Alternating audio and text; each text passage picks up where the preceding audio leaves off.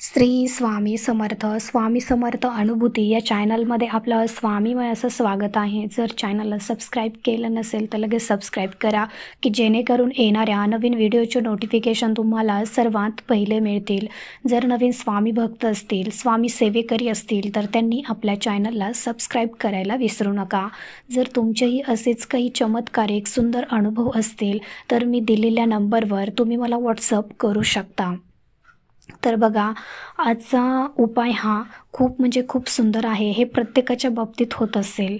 तर कोणाला असं सकाळी उठल्या उठल्या खूप धडधड होत असेल, छातीमध्ये खूप धडधड होत असेल, भीती वाटत असेल, किंवा आता त्याचा प्रश्न समजा लग्नाचा असेल तर रोज त्याच्यापुढे सकाळी उठल्या उठल्या असं टेन्शनचे प्रश्न येत असतील, की माझं लग्न कधी होणार, माझं संसार कधी चालू होणार, किंवा माझं कसं होईल पुढे, कसा जोडीदार मिळेल, असे प्रश्न. किंवा एखाद्याला नोकरी मिळत नाही आहे तर ती नोकरी कधी लागेल, कशी लागेल, किती पॅकेजची लागेल, किती सॅलरी असेल, असं त्याला बरेचसे प्रश्न पडत असतील. म्हणजे त्याच्या मनामध्ये जे काही प्रश्न आहेत ते उठल्या सकाळी त्याच्यासमोर हे टेन्शन बनून येतात. तर असं प्रत्येकाच्या बाबतीत होत असेल कदाचित. किंवा कोणाला अशी भीती वाटते उठल्या तर ती वाटू नये, त्याच्यासाठी तुम्हाला मी एक उपाय सांगणार आहे. तो उपाय तुम्ही पण जर केला, हे सगळं माझ्या बाबतीमध्ये होतं आणि मी तो उपाय केलेला आहे आणि मला त्याचा फरक जाणवतो आहे आणि अनुभव पण मी घेत आहे. तर कदाचित तुमच्याही बाबतीमध्ये जर असं काही होत असेल तर तुम्ही हा उपाय करून बघा. तुम्हालाही जो काही त्रास होत असेल तो नक्कीच तुमचा दूर होऊन जाईल. तर काय उपाय आहे तो बघा. ज्यांना कोणाला अशी भीती वाटते की माझा प्रश्न कधी सुटेल काय असं, तर त्यांनी काय करायचं बघा. काळ्या कपड्यामध्ये 2-3 उडदाचे दाणे घ्यायचे, 2-3 उडीद घ्यायचे आणि एक भीमसेनी कापूरचा तुकडा घ्यायचा. भीमसेनी कापूर आणि उडीद घ्यायचे, उडीद आणि भीमसेनी कापूर घ्यायचा आणि तो काळ्या कपड्यामध्ये बांधायचा आणि रोज रात्री उशाखाली घेऊन झोपायचं. तो जर तुम्ही 21 दिवस हा उपाय केला, फक्त तुम्हाला उशाखाली घेऊन झोपायचा आहे, तो उपाय तुम्ही 21 दिवस जर केला तर ह्याच्यातून तुम्हाला नक्कीच असा फरक जाणवेल की तुमच्यामध्ये जी काही मनात भीती होती किंवा छातीमध्ये धडधड होतं किंवा कुठलं टेन्शन असेल तर ते टेन्शन सकाळी उठल्याबरोबर तुमच्यासमोर येतं. तर ह्याच्यातून तुम्हाला काय होईल, तुमची जी काही नकारात्मकता आहे, जी काही पापं झालेली आहेत, जे काही वाईट कर्म आहेत, त्याच्यामुळे तुम्हाला जर अशी भीती वाटत असेल किंवा पुढे कसं होणार, भविष्याची चिंता वाटत असेल तर ती कमी होण्यास मदत होते आणि तुम्ही सकारात्मक विचार करायला लागता किंवा तुमचं मन नेहमी असं पॉझिटिव्ह सकारात्मक राहतं. नकारात्मक गोष्टी तुमच्या मनामध्ये प्रवेश करत नाहीत, कारण काळ्या उडदामध्ये आणि कापुरामध्ये तेवढी नकारात्मक ऊर्जा शोषून घेण्याची शक्ती त्या दोन्हीमध्ये असते आणि त्यातून आपल्याला पॉझिटिव्हिटी मिळते, सकारात्मकता मिळते. आणि जेव्हा आपलं मन सकारात्मक असतं तेव्हा बाकीच्या गोष्टी दिवसभरात खूप चांगल्या होतात आणि आपण आपल्या कामावरती फोकस करू शकतो. समजा जर तुम्ही जॉबला जात असाल, तिथे तुमचं मन लागत नाही आहे, नेहमी आता सकाळी उठल्याबरोबर जर तुमच्यासोबत असे नकारात्मक विचार आले किंवा जर असं तुमच्यासोबत म्हणजे मन उदास होतील असे जर विचार येतात तर अर्थातच दिवस हा आपला खराब जातो. त्याच्यामुळे आपला दिवस खराब जाऊ नये म्हणून तुम्ही जर हा उपाय केला तर समजा तुम्ही जॉबला जातात, ऑफिसला जातात, तर तिथेही तुमचं मन लागेल. तुमच्या कामामध्ये यश येत नसेल तर ते यश पण येईल. तुमच्या कामाची भरभराट होईल.